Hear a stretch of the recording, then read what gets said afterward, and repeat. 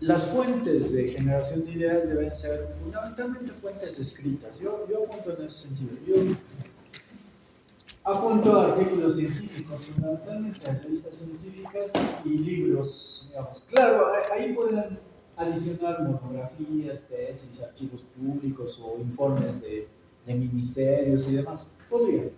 Pero yo apunto en este sentido. Creo que los libros y los artículos científicos son importantísimos si queremos generar ideas. Van a ser muy importantísimos. Y entonces, como les digo que estos artículos son importantes, es clave saber cómo es un artículo científico, qué características tiene. Les comento rápidamente en qué consiste un artículo científico.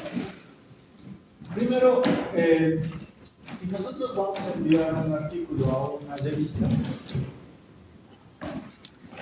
lo que tenemos que hacer es seleccionar la revista. Supongamos que hemos desarrollado una investigación y la vamos a enviar a una revista. Lo primero que hacemos es seleccionar una revista. Es que cuando... No me acuerdo si me preguntaban aquí, es que ahorita estoy dictando paralelamente una maestría, más o menos el mismo tema, pero creo que ahí me preguntaban cómo saber si la revista es adecuada. Es que hay unos rankings de revistas. Digamos, buscamos rankings de hidráulica, todas las revistas de hidráulica, entonces hay un ranking que te establece cuáles son los primeros, segundos, terceros, cuartos, y ahí se establecen cuartiles. ¿Se acuerdan de estadística? ¿Qué es un cuartil? ¿Se acuerdan que, a ver, si hubieran 100 revistas, las primeras 25 organizadas según el ranking, las primeras 25 serían el primer cuartil, ¿de acuerdo? Las siguientes 25, del 26 al 50, serían el segundo cuartil, del 51 al 75 serían el tercer cuartil, y las que sobran es el siguiente, ¿no? El último cuartil. ¿Está bien? Esos son los cuartiles. Generalmente las revistas se clasifican por cuartiles. Ahora, ¿de dónde sacan su puntaje las revistas? Las revistas sacan su puntaje de lo que se denomina el factor de impacto. El factor de impacto depende de cuántas veces se cita a la revista en otros trabajos de investigación. Es decir, si ustedes hacen su tesis, y si en su tesis citan a una revista, digamos, a Ingeniería del Agua de España, la citan. Entonces, la cita que ustedes tienen aporta a la revista y eso le hace crecer, le hace subir en los rankings, porque le están citando. Por eso cuando les hablaba en la clase anterior de que si ustedes escriben a un investigador de ResearchGate, el investigador va a tratar de difundir su trabajo, porque lo que les interesa a los investigadores es que se cite, que se publique, que se mencione su trabajo. Claro, eso evidentemente también aporta a las revistas, ¿no? Entonces, en función de ese factor de impacto, las revistas se van clasificando y hacen un ranking, y entonces hay primer cuartil, segundo cuartil, tercer cuartil y cuarto cuartil. Las revistas latinoamericanas generalmente están entre el cuarto cuartil y el tercer cuartil. Ese es mi problema. Si hay las revistas en español. Claro, las revistas más citadas, las del primer cuartil y segundo cuartil, generalmente están en inglés. Fundamentalmente están en inglés. Por lo tanto, si queremos saber más sobre el tema, profundizar más, tenemos que estar listos para leer en inglés. En estas revistas de alto impacto. Entonces, yo les comento la experiencia que tuve para publicar el primer artículo. No ha sido una experiencia buena. El chiste es el siguiente, es que en el doctorado te exigen publicar artículos científicos. Para defender la tesis, previo a la defensa de la tesis doctoral, tienes que tener publicados 2 o 3 artículos científicos. Si no tienes publicados esos artículos científicos, no puedes defender la tesis. Y entonces era una exigencia ahí complicadita, ¿no? Había que publicar. Y adicionalmente, en la Universidad Politécnica de Valencia, le daban puntaje según las revistas. Es decir, podías publicar en una revista de primer cuartil y te daban como 100 puntos, algo así, sobre los 600 que tenías que cubrir. 100 o 200, sí, un poquito más de 100. Pero te daban buena cantidad de puntaje. Y si publicabas en una revista de Latinoamérica, que era tercer, cuarto cuartil, te daban 20 puntos, 30 puntos, así. Y entonces, claro, lo más cómodo probablemente era publicar en puras revistas latinas y no preocuparme en publicar en una revista de alto impacto. Pero no sé si a ustedes les pasa, pero generalmente uno apunta al menor esfuerzo, digamos, hacer lo menos posible para lograr completar todo. Entonces, no sé si es la estrategia de ustedes, pero en ese instante me pareció la estrategia interesante. Apuntar a una revista de alto impacto, y yo decía, con un par de artículos en revistas de alto impacto, ya me libero de todas estas horas y no tengo que publicar varias revistas en revistas latinoamericanas. Entonces era trabajar menos y seguir lo más posible. Apunté en ese sentido, estaba en la cima de la ignorancia en esa época, así que entenderán la situación. Dije, voy a publicar en esta revista que está en la primera del ranking y demás.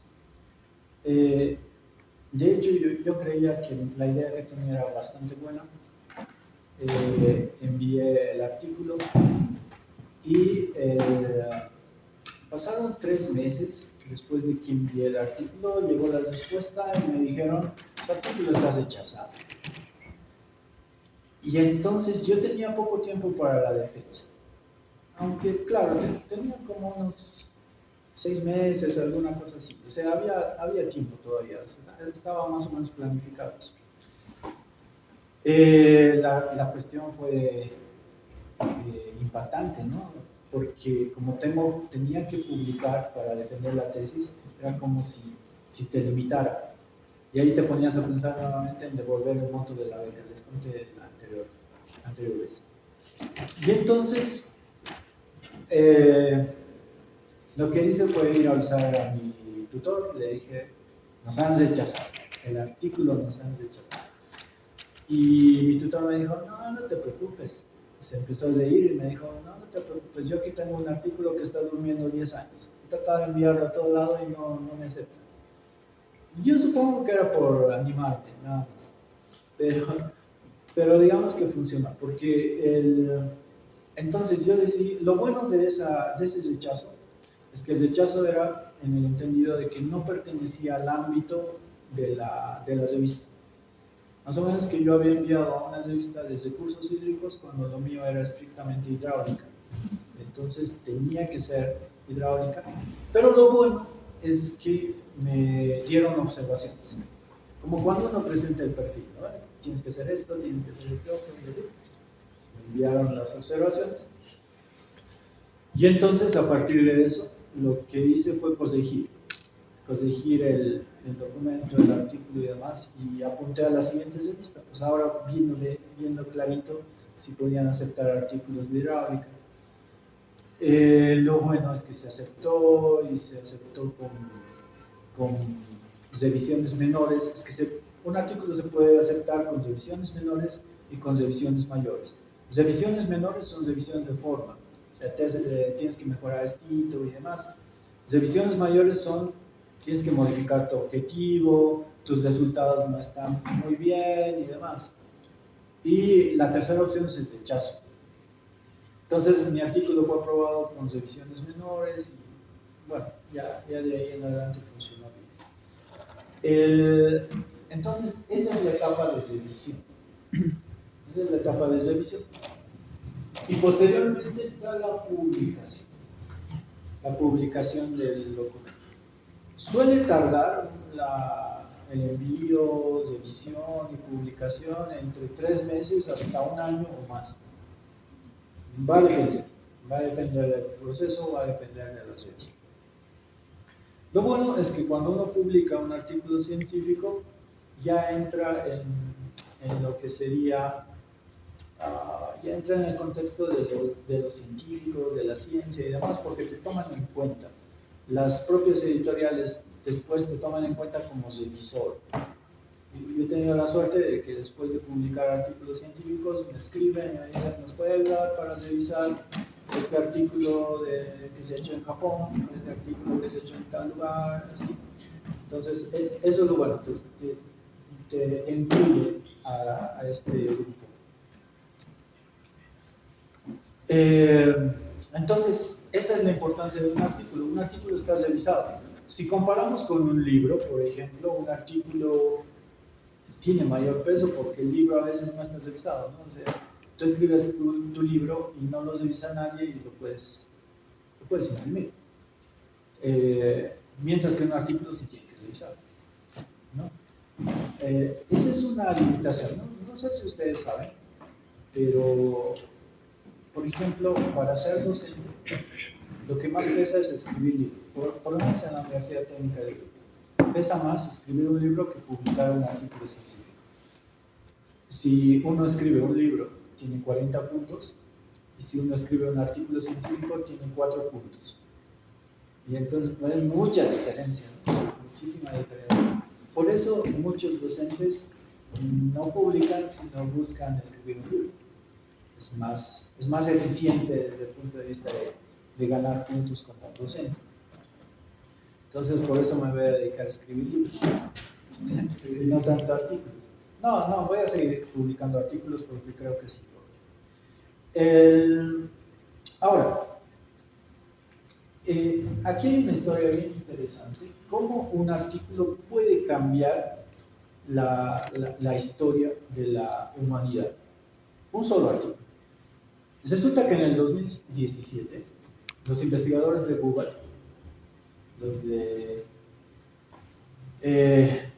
manejan Google, publican un artículo científico que se llama Attention is all you need. La atención es todo lo que necesitas. Este artículo.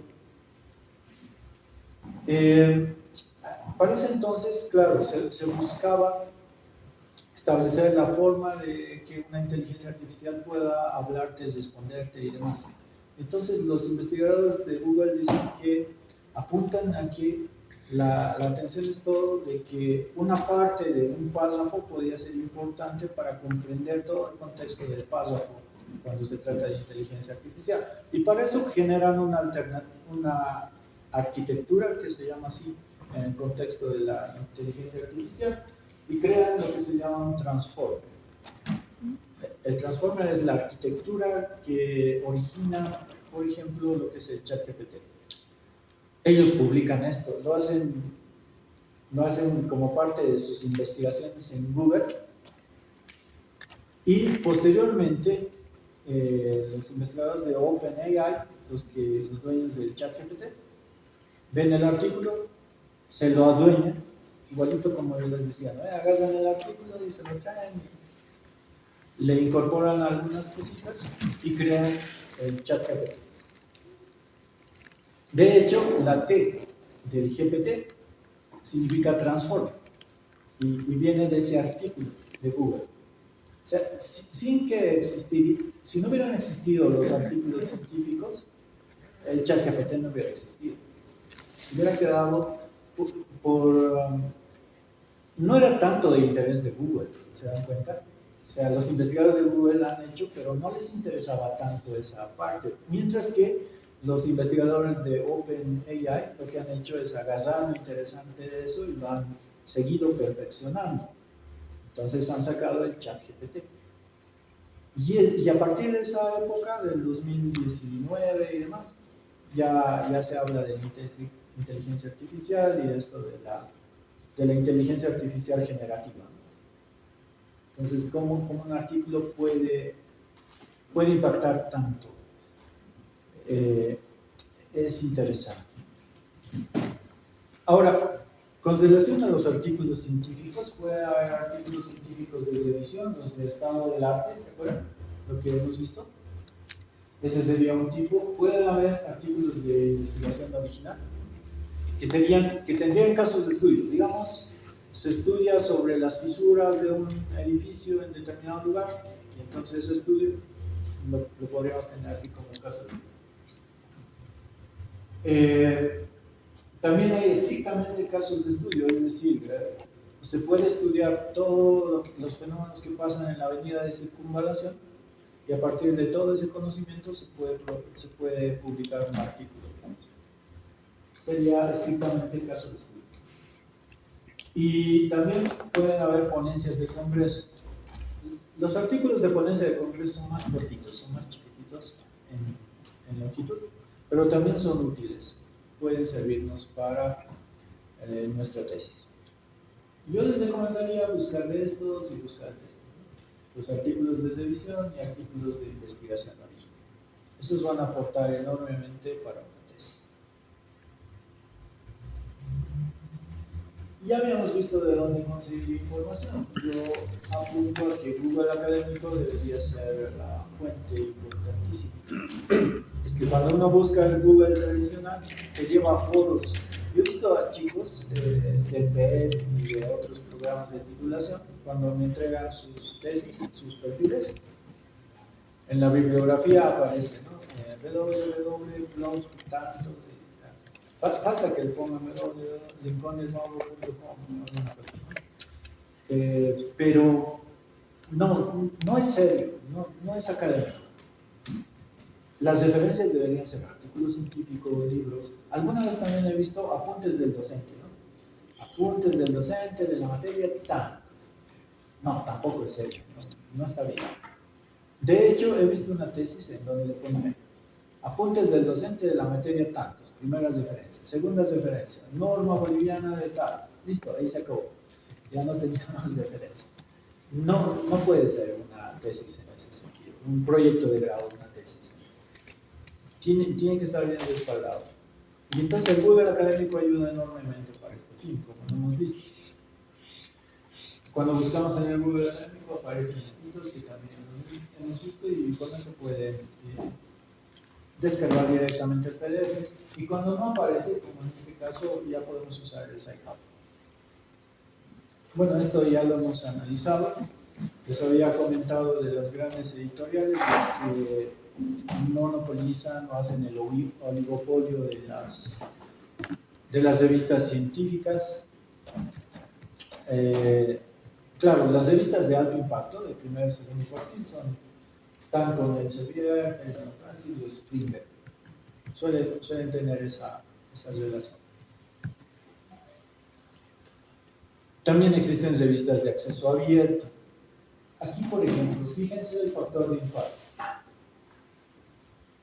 Una cuestión también clave del factor de impacto es que no puedes comparar, digamos, medicina con ingeniería civil. Las revistas de medicina van a tener un alto factor de impacto, porque hay más trabajos en medicina, con relación a las revistas de ingeniería civil. El factor de impacto de las revistas de ingeniería civil va a ser bajito, y el factor de impacto de las revistas de medicina va a ser más alto. Por eso se hacen rankings por área, ¿no? Rankings por una determinada. En este caso de las revistas Open Access, se puede descargar, se puede ver directamente el artículo, pero como les decía en la clase anterior también, para publicar aquí se suele pagar. Se va a pagar entre $1,000, $2,000, dependiendo de la revista, para publicar. En las otras revistas no se paga. Hay que tomar en cuenta que estas editoriales técnicamente no pagan al autor del artículo. Primero, no le pagan. No es como YouTube, que tú publicas un video y después puedes monetizar, ¿verdad? Aquí no te pagan. Publicas un artículo y ya. No pagan a los revisores. Te pueden invitar, te dicen, nos puedes revisar este artículo, pero no te pagan, no te dan ningún monto. En mi caso, las veces que he sido revisor de artículos, me han dicho, tiene un mes gratuito para entrar a nuestra biblioteca y puede descargar determinadas cosas, ¿no? Básicamente te compensarían con eso. Y después, estas editoriales lo que hacen es hacer sus suscripciones. Agarran a las universidades y las universidades tienen que pagar millones de dólares para suscribirse a estas editoriales. Parece un negocio injusto, ¿no? Desde el punto de vista de los usuarios. Y por eso surgen las revistas Open Access. En las revistas Open Access, evidentemente, aquí no pagas por suscripción, pero digamos que ese costo que tienen que cubrir las revistas es cubierto por el propio autor, que tiene que pagar $1,000, $2,000 para que se publique, pero apoya también a la revista, ¿no? Lo bueno es que las revistas de acceso abierto en los últimos años han ganado relevancia.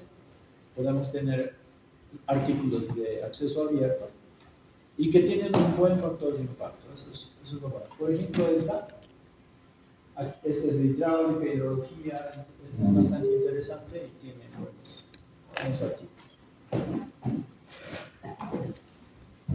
Las revistas científicas no han querido quedarse atrás con el Open Access y han publicado adicionalmente sus revistas de acceso abierto.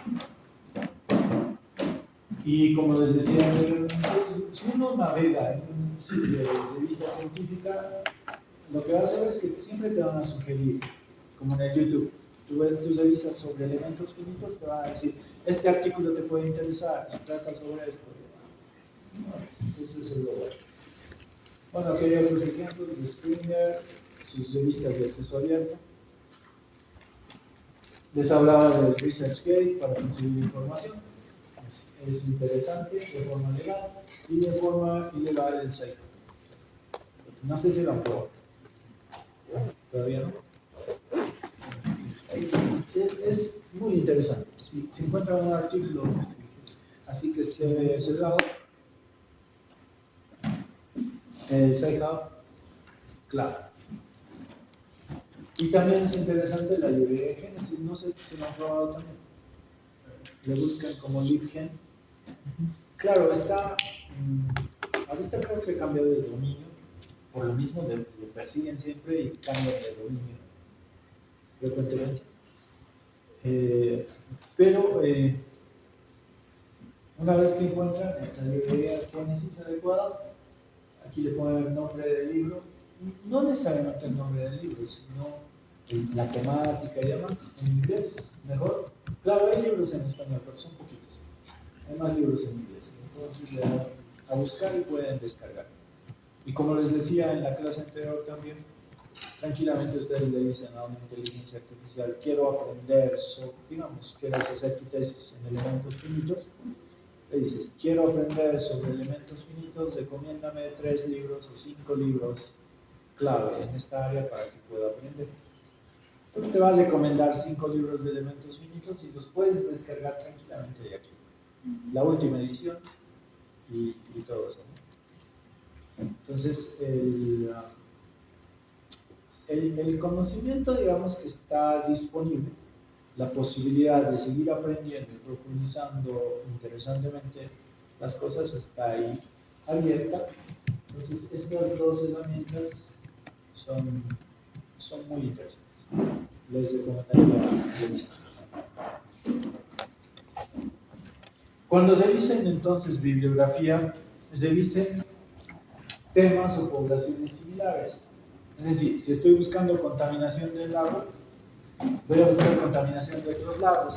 Tal vez ha habido una contaminación de un lago en la India, un lago en África, un lago en Europa, etcétera, que se han contaminado, me puede servir.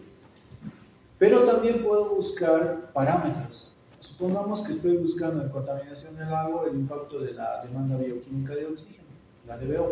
Entonces, ese concepto DBO te pongo a buscar. O sea, cómo se contamina el agua con la DBO. Entonces, igual van a salir temas interesantes que van a hacer. Otra cuestión interesante son los trabajos metodológicos.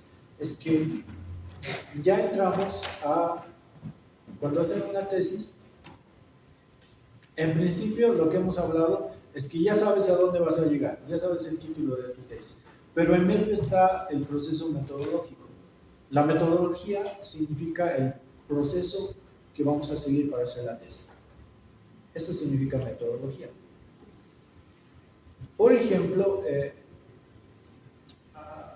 visto alguna vez un artículo que hablaba de la fabricación de plástico de plástico reciclable a partir de la cáscara de la naranja. Y entonces, cuando ibas al artículo, el artículo te decía, primero agarre las cáscaras de naranja, luego haga esto, luego haga esto, y esto, y esto. Te decía todo el proceso, todo lo que había que hacer. Parece una receta, ¿no? Esa receta se llama metodología. Metodología. Todos los artículos o los artículos de investigación tienen su metodología.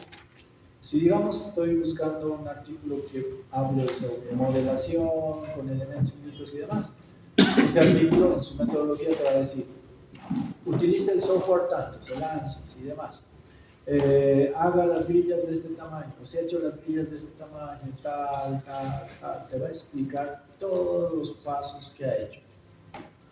Si estás queriendo hacer una planta de tratamiento piloto, buscas un artículo de una planta de tratamiento piloto y ahí te va a decir, se ha construido la planta piloto con estas características, tiene esto, tiene este otro, tiene tal, tal.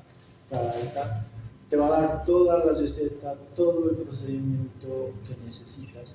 Es que a veces cuando queremos hacer la tesis, dices, ya, voy a hacer mi tema de esto. Y luego cuando quieres empezar, no sabes por dónde empezar. Necesitas un procedimiento. Los artículos científicos ayudan enormemente a aclarar ese procedimiento porque tienen esa partecita que se llama metodología. Por eso, al revisar un artículo científico, podemos incluso solamente quedarnos con la metodología de ese estudio. ¿No? Puedo agarrar la metodología e incluso si quiero hacer algo novedoso, agarro la metodología de este, agarro un poquito la metodología de este y un poquito de la metodología de este. Las combino y sale un tema bien interesante, novedoso. ¿De acuerdo? Entonces pueden hacer eso. A veces incluso uno no sabe qué software utilizar, ¿no? Dices, a ver, quiero modelar una red y quiero que la red haga esto y esto, pero no sé qué software se puede utilizar. Encuentras un artículo y te dice, se ha utilizado el software Infoworks para hacer redes de alcantarillado que tienen esta condición. Ahí te das cuenta de que existe un nuevo software que nunca te habían hablado de un software y ya tienes una referencia, ¿no? Entonces, eso es lo bueno de buscar también estudios en base a la metodología. La metodología nos puede salvar enormemente para saber qué hacer en nuestro trabajo. Porque a veces, incluso a mí me pasa, de que cuando estoy orientando a alguien sobre su trabajo, alguien me dice si le puedo ayudar sobre el tema y demás. Claro, yo puedo ayudar hasta cierta parte, pero después en el proceso metodológico sí me puedo perder. Entonces le digo, no, buscar artículos científicos relacionados con esto y ahí vas a ver qué paso sigue y demás, y eso te va a orientar mejor. Suele suceder. Luego, también es válida la consulta en otros contextos, en otros países. Si estamos revisando qué es lo que pasa con determinada situación sobre un puente, podemos buscar qué es lo que pasa en Chile, qué es lo que pasa en Colombia, qué es lo que pasa en China, qué es lo que pasa en Estados Unidos, y ahí voy a ir aprendiendo a ver qué es lo que sucede. Y eso va a aportar enormemente a mi trabajo. Bueno, habíamos hecho esto. Esta era la tarea que tenían que hacer. Han buscado este artículo de arte, estado del arte. ¿Pueden buscar ahora? No sé. Bueno, sigamos avanzando. Yo creo que pueden buscar después, ¿no?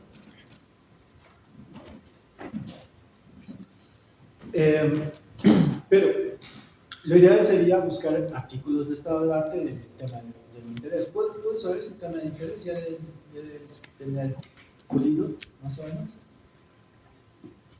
Aguas residuales de minas. Aguas residuales de minas, ya, sí, interesante. Señorita, o no todavía. ¿Todavía? ¿Nada? No, nada. ¿Ahorita todavía o no? Bueno, estaba pensando algo relacionado a dinámica estructural Dinámica estructural. Sí. Ya, pero sí, eso hay que pulirle, ¿no? O sea, hay que todavía especificarlo más. Exactamente, eso me falta especificar. Ah, ya. Pero se puede buscar, por ejemplo, artículos de estado del arte de dinámica estructural aplicada a edificios, o dinámica estructural aplicada a presas, o dinámica estructural aplicada a tal cosa, ¿no? Entonces, lo bueno es que se pueden encontrar artículos de estado del arte de dinámica estructural y uno puede ir viendo cómo ha ido evolucionando eso. O sea, desde el estudio de los sismos y cuestiones así, uno puede ir analizando todo el proceso. Y entonces en medio va a aparecer alguna idea, alguna cosita que va a orientar mejor la situación. Los artículos de estado del arte más o menos dan una idea general del escenario, nos pintan esa idea general. Lo mismo, si voy a hacer estudios de agua de mina, tengo que buscar drenaje ácido de mina, digamos, como drenaje ácido de mina y su impacto en el hormigón. Estudio del arte del drenaje ácido de mina y su impacto en el hormigón, digamos, si es la relación que quiero encontrar. Y entonces van a aparecer artículos extensos en donde se va a estudiar desde cuándo se analiza el drenaje ácido de mina, qué impactos tiene en el hormigón, cómo interacciona el drenaje ácido con el hormigón, qué tipos de estudios se han hecho, qué consideraciones se han hecho, etc. Aparece toda la historia, bueno, gran parte de la historia de lo que se ha ido avanzando en esa temática. Esa es una gran ventaja de los artículos de estado de arte. Y entonces en el Google le tienen que poner review, revisión en inglés, review, y ahí le ponen en inglés lo que quieren revisar, o le pueden poner state of art, state of art, state of art y la temática. Pero mejor si lo buscan en inglés, ahí van a encontrar mayores resultados. O si no, también le dicen a Google, al ChatGPT, le dicen, quiero buscar un artículo de estado del arte y tal. Lo malo es que a veces el ChatGPT alucina, ¿no? Y te manda cosas. Entonces, pero lo mejor en el Google académico es buscar State of Art o Review. Y eso, ese puede ser un buen punto de partida si todavía no hemos definido nuestro tema de tesis, porque eso va a dar un vistazo general, un pantallazo general de todo lo que ha ido avanzando la ciencia en esa temática. Entonces, y de hecho, si están dudando, si no han decidido todavía el tema y dicen, me gustaría trabajar en hidráulica, pero también me gustaría trabajar en tecnología del hormigón, pero por si acaso tal vez topografía y los drones me gusta también, y así tienes todas las ideas bien dispersas, buscas estados del arte de hidráulica de redes y tal, buscas artículos de estado del arte de tecnología de hormigón y aditivos para mejorar la resistencia, buscas estado del arte del uso de drones en tal y tal, van a salir los artículos, los lees y ahí las ideas van a ir aclarándose mucho más para establecer un tema razonablemente bueno, que te interese más. Y de hecho, en esos artículos uno se va a dar cuenta qué tanto le interesa el tema, ¿no? Qué tanto puede ser de interesante para profundizar la temática. Entonces, esa es una ventaja de los artículos de estado del arte, ¿de acuerdo? Entonces, yo les recomendaría que hagan eso, que sea lo primero, entre sus tareas en su cuaderno de tesis, buscar artículos de estado del arte de esta temática, ¿no? Si no están seguros de qué tema hacer, primero piensen en la temática. Digan, me gustaría hacer mi tesis en este tema, en este otro tema, en este tema, y luego busquen artículos de estado del arte en esos temas, que sería interesante.